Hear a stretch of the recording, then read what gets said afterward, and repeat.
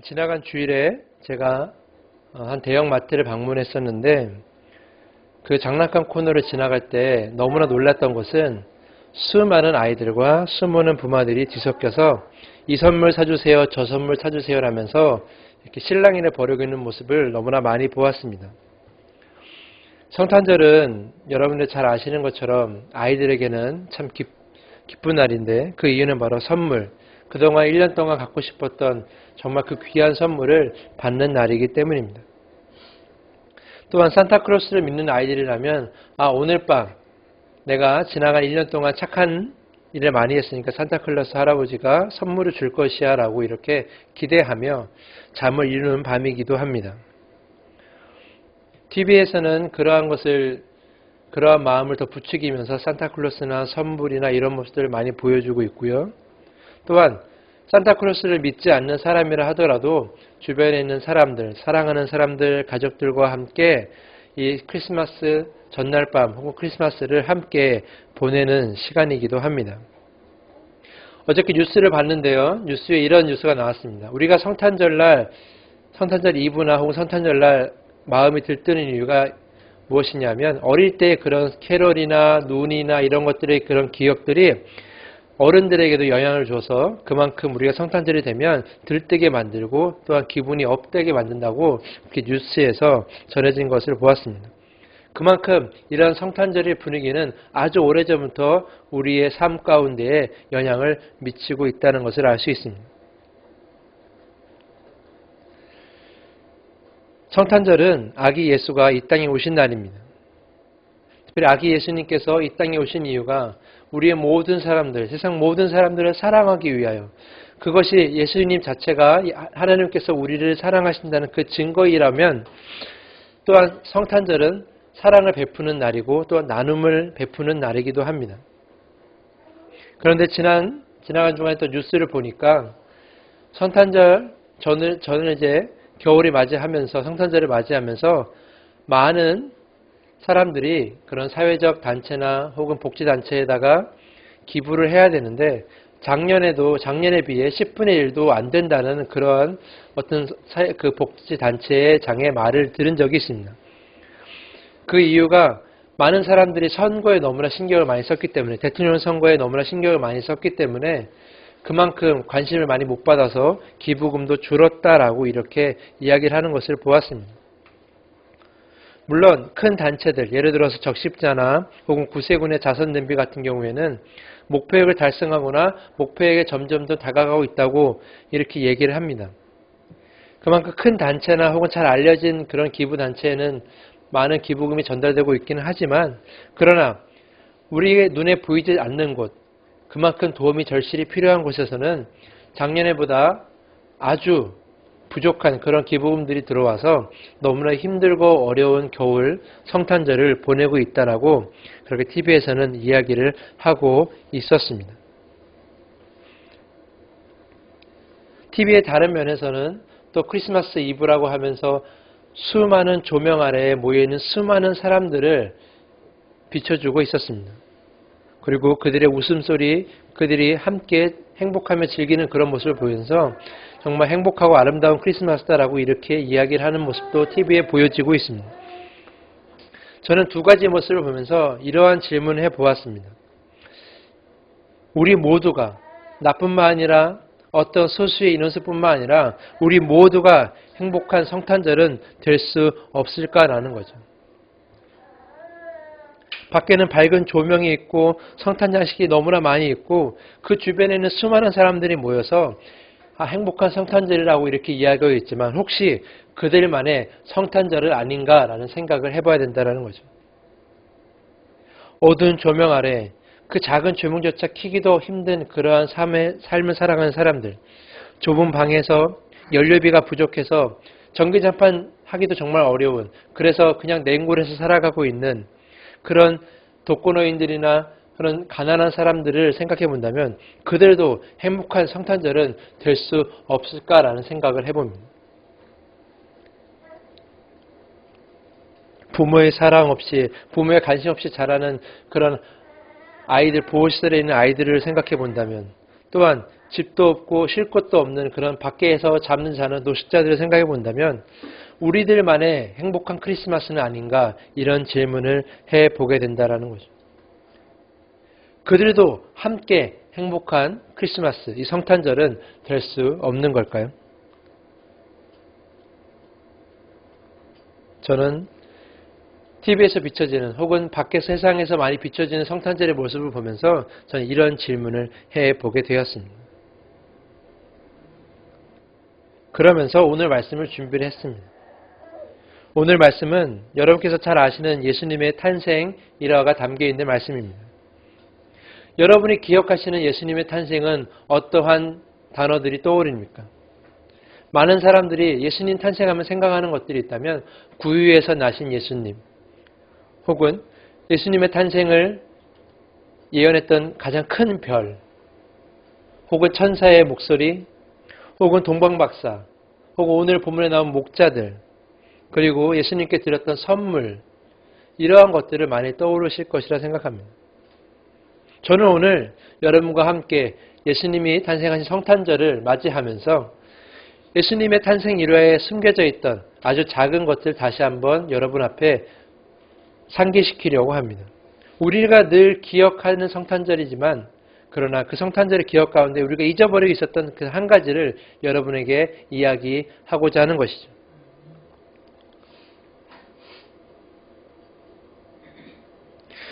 오늘 말씀을 보면 예수님의 탄생에 대한 기쁜 소식을 전해지는 순간이 등장합니다.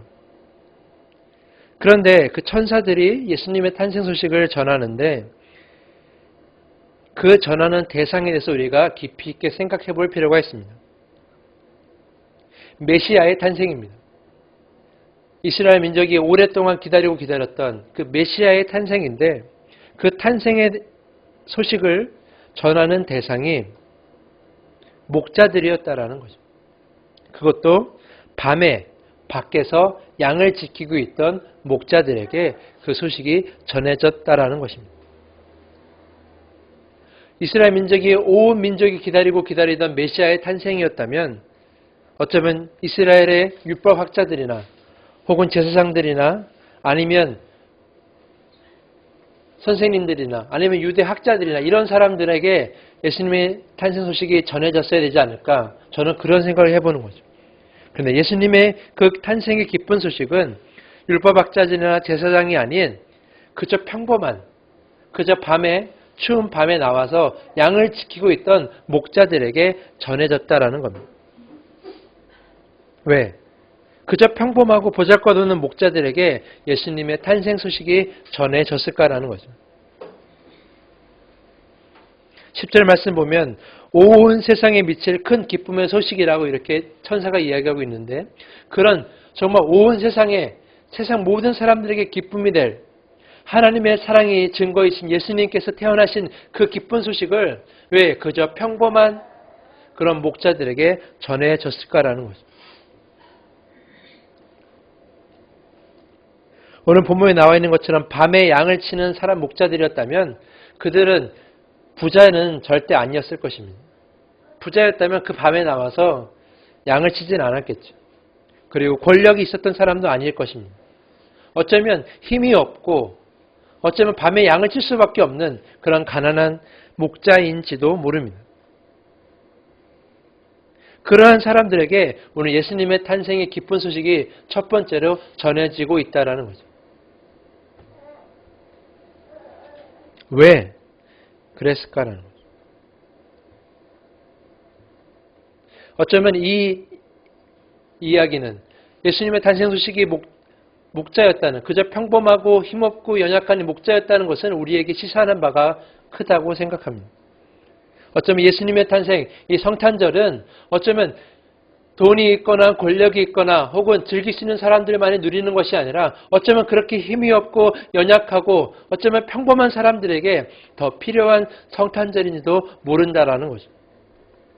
어쩌면 그 성탄의 기쁜 소식이 그들에게 먼저 전해져야 된다라는 그런 의미가 아닐까, 저는 그런 생각을 해보게 됩니다. 화려한 장식, 화려한 성탄 선물 이런 것도 다 중요하지만, 그런 것도 다 좋지만 그러나 그것보다 더 중요한 것이 있다면 이 성탄의 기쁜 소식이 그런 힘없고 연약하고 가난하고 혹은 평범한 사람들에게 먼저 전해졌다라는 것. 그만큼 그들에게 다급한 소식이었다라는 거죠. 왜? 그들에게는 희망이 없고 기쁨이 없고 또한 행복한 조건이 없었으니까. 그들에게 먼저 하나님은 전하고 싶었던 거죠. 너희들에게 기쁜 소식을 전하여 준다라는 거예요. 너희들의 삶 속에 기쁜 소식을 전하여 준다. 그것이 무엇이냐? 바로 예수 그리스도라는 사실. 예수 그리스도의 탄생이 그들에게 먼저 전해졌다면 어쩌면 이 성탄절의 기쁜 순간도 우리들도 중요하지만 우리들과 같은 사람도 기쁨을 누리는 것도 중요하지만 어쩌면 저기 곳에 어두운 곳에서 그 누구의 방문도 없는 그런 어두운 곳에서 혼자 방을 지키고 있을 그런 노인들이나 혹은 그런 가난한 자들에게 먼저 전해지지 않을까라는 거예요. 어쩌면 그것이 성탄절의 올바른 의미가 아닌가 저는 그런 생각을 해보게 됩니다. 그래서 이 성탄절은 그러한 사람들에게 기쁜 소식이 그러한 사람들에게 예수님의 소식이 전달될 수 있도록 노력해야 한다는 거죠. 누가? 바로 우리가 말이죠. 그래서 담없는 교회는 오늘 성탄절 예배에 거쳐지는 헌금, 비록 작은 교회에 많은 헌금이 거둬지지는 않지만 이 헌금을 전액 다 기부를 위해서 사용하려고 하는 것입니다. 왜냐하면 이 성탄이 우리를 위한 성탄이 아니라 이 교회만을 위한 성탄이 아니라 바로 저 깊은 곳에서 기쁜 어떤 그런 행복의 조건조차 갖지 못하는 그러한 사람들에게 전해져야 되기 때문입니다. 예수님의 소식은 그들에게 전해져야 한다는 거죠. 그래서 우리가 담없는 교회는 그 성탄 헌금 전체를 다 기부하는 것입니다.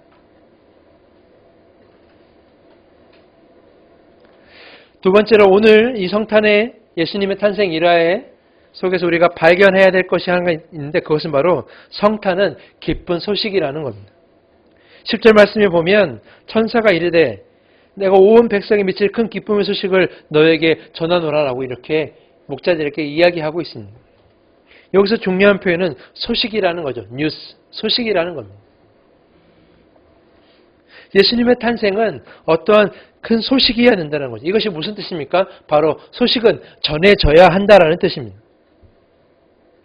우리가 성탄절에 무엇을 합니까? 가족들이나 혹은 연인들을 위해서 좋은 선물을 사고요.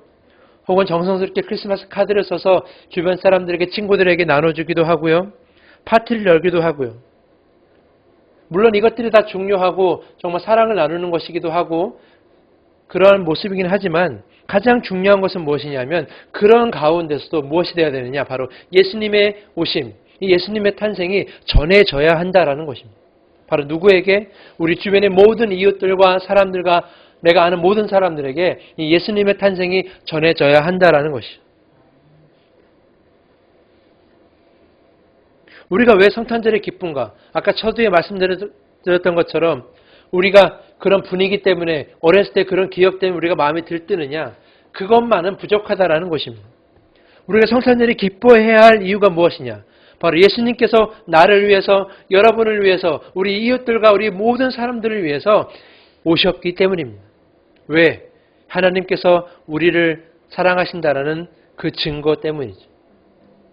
하나님께서 우리를 사랑하시기 때문에 그래서 우리와 함께 하시기 때문에 우리와 끊어지지 않을 관계를 맺기 위해서 예수님이 이 땅에 오셨다라는 거죠. 그리고 십자가를 지셨고 그리고 부활하셨고 그리고 우리와 함께 하시면서 예수님 우리와 하나님 사이에 중보자로 서 계시는 것입니다.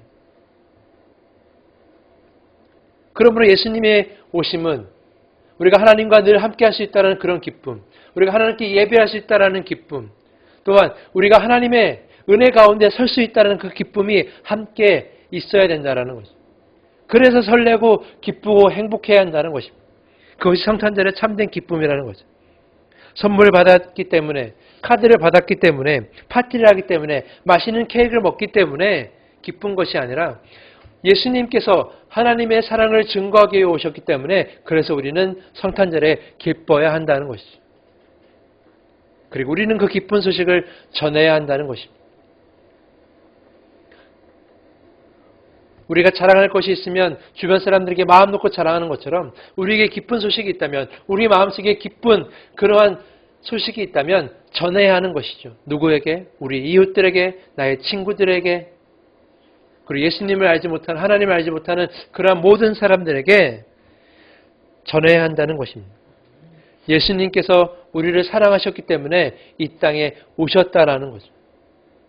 그리고 한 가지 더 추가해야 될 것이 있는데 그것은 무엇이냐면 바로 말로만 사랑을 전하는 것이 아니라 여러분의 행동으로 그 사랑을 보여줘야 한다는 것입니다. 그것이 소식을 전하는 가장 올바른 방법인 거죠. 아까 서두에 구세군 얘기를 했지만 구세군 자선 냄비가 목표액을 어저께로 달성했다고 합니다. 그런데 그 구세군 자선 냄비 가운데 익명의 기부자가 누군지는 모르겠는데 흰 봉투에다가 1억 원짜리 수표를 놓고 가는 사람이 작년에도 있었고 올해도 있었다고 합니다. 자신이 누군지도 밝히지 않고 그냥 흰 봉투에다가 그저 작은 현금을 넣는 것처럼 보여주면서 그 1억 원을 넣고 갔다라는 거죠. 저는 성탄절에 만약에 아이들이 기다리는 그런 산타클로스가 있다면 저는 그 사람이, 그 1억 원을 기부한 사람이 진정한 산타클로스가 아닌가 저는 그런 생각을 해보게 됩니다. 여러분 잘 아시는 것처럼 산타클로스는 사실 세상에 존재하는 인물은 아닙니다. 산타클로스의 유래는 4세기경 미라의 주교였던 성 니콜라우스로부터 시작됩니다. 4세기의 주교였던 성 니콜라우스는 그가 있었던 그 주변의 이웃들의 아이들 혹은 선원들 그리고 상인들에게 사랑을 베풀었던, 그래서 그 주변 사람들이 너무나 유명했던 주교였습니다. 그 성 니콜라우스의 한 일화가 있는데요. 니콜라우스가 있던 그 동네에 정말 매우 가난한 아버지가 있었는데 그 아버지 밑에 딸이 3명이 있었다고 합니다. 근데 이 딸은 시집을 보내야 되는데 너무나 가난해서 시집을 보낼 수가 없었던 거예요. 그래서 아버지는 시집도 못 보내고 가난은 계속되고 그렇게 되자 아버지가 결심을 하는데 자신의 딸들을 사창가에 내다 팔려는 결심을 하게 됩니다. 이 소식을 듣게 되는 성 니콜라우스는 그 3딸이 결혼을 하고 그리고 충분하게 그 가난에서 벗어날 수 있을 만큼의 황금을 새의 자루에 담아서 몰래 창문을 통해서 던져놓고 가게 됩니다. 이것이 성 니콜라스의 일하고 이것이 산타클로스의 유래가 되는 것이죠. 이런 이야기가 미국에 전해져 가지고 미국에서 지금의 산타클로스의 모습으로 변하게 됩니다. 한 유명한 음료 회사에서 이 산타클로스의 캐릭터를 만들고 광고에 내면서 더욱더 우리에게 유명해졌죠. 저는 산타클로스라는 의미가 착한 아이들에게 밤에 와서 선물을 주고 가는 그런 의미가 아니라 산타클로스는 참된 베품과 나눔과 사랑의 의미라고 저는 생각합니다. 물론 지금 이 시대에 우리의 주변에 산타클로스는 실제로 존재하지는 않지만 그러나 우리 주변에 있는 많은 사람들 중에 힘없고 또 도움이 필요하고 연약한 자들을 위해서 우리가 그들에게 우리의 가진 것을 조금이라도 나눠준다면 그렇다면 그것은 결국 우리가 산타클로스가 될 수 있다라는 것을 저는 얘기하고 싶은 것입니다. 전 여러분들에게 강력하게 권합니다. 여러분이 직접 그리고 산타클로스가 되셨으면 합니다. 바로 누구에게? 여러분 이웃들에게, 여러분 친구들에게, 여러분 주변 사람들에게 말이죠. 산타클로스의 마음이 바로 베품과 나눔과 사랑과 돌봄이었다면 예수님의 오심도 바로 그 마음으로 오셨다라는 거죠. 하나님께서 이곳에 예수님을 보내신 이유는 그 나눔과 베품과 사람과 돌봄의 그러한 모습을 보여주시려고 하시기 때문입니다. 실질적으로 예수님은 그러한 삶을 살지 않으셨습니까? 왜 그렇게 사셨겠습니까? 바로 우리들을 보고 향해 너희들도 이렇게 살아라라고 알려주셨던 것이죠. 내가 사람들에게 이런 모습으로 사랑을 베풀었다면 너희들도 그러한 모습으로 사랑해야 한다라고 지금 우리에게 이야기하고 계신 것입니다. 사랑하는 담원교회 성도 여러분, 성탄절은 매년 우리에게 다가올 것입니다. 매년 12월 25일 날 우리에게 다가올 것입니다. 매년 똑같은 모습으로 성탄절을 보내시겠습니까? 저는 여러분이 올해 혹은 내년부터 혹은 앞으로의 성탄절의 모습은 조금은 달라지셨으면 좋겠습니다. 여러분의 이웃들에게, 힘없고 연약한 이웃들의 산타클로스가 한번 돼보지 않으시겠습니까?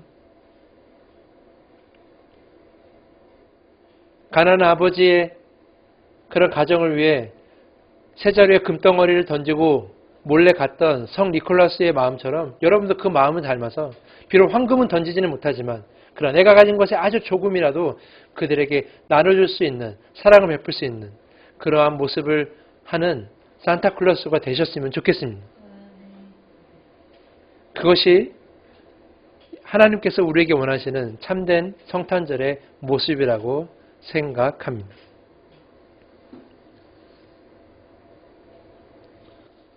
이제 오늘 말씀을 마치려고 합니다.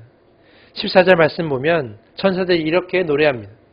지극히 높은 곳에서는 하나님께 영광이요 땅에서는 하나님이 기뻐하신 사람들 중에 평화로다 하니라.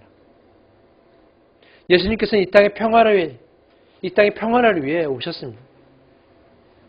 누구를 통해서? 바로 여러분을 통해서. 그 평화를 이루기 위해 이 땅에 오셨습니다. 제가 지난 주간 설교에서도 얘기했지만 제가 요즘 시집을 읽고 있는데 이혜인 수녀님의 작은 기도라는 시집을 읽고 있습니다. 제가 오늘도 예배에 이 설교의 마침을 이 시집의 시 한 편을 읽어드리면서 오늘 말씀을 마치려고 합니다. 이혜인 수녀님의 작은 기도라는 시집인데요. 거기에 이런 시 한 편이 있습니다. 평화이신 예수님께라는 시가 있어요. 제가 읽어드리겠습니다.